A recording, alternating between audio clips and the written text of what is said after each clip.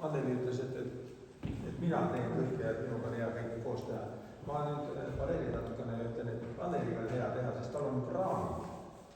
Raamid on kõige tähtsamad, kuhu saab pilti igasuguseid sisse panna. Minu teha on ainult valida mõnisugused pildid ja teha neid valmis ja sisse panna.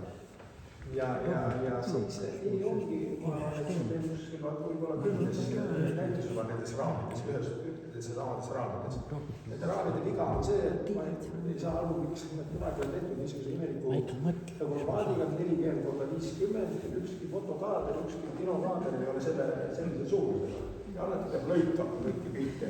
Ja praegu siin ei saanud igal pool lõigata, siis ma olen jätnud siia niisugused randid juurde. See on selle pärast sinna jäetud, et ei anna lõigata kuskil, muidu mõned pead lähevad välja.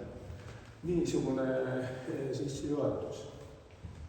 Siin on hea koht ka, kus teha, sest siin nagu sein ja siilid ja kõik asjad on olemas, nii et siit tuleb neid näituseid. Olles nüüd ruumi natuke keegi rohkem, siis tuleb veel rohkem näituseid. Aga seekordne teema, see tuli välja sellest lugesin lehest, kuskil sai Asselina tuletõrje. Ma olen see, et ühiselt vabatahtlik tuletõrje ühing saab 100-aastaseks sel aastal paari nädala pärast, õigemini 17. aprillil. Ta sai need ettevõtlikud asunduse kandi mehed kokku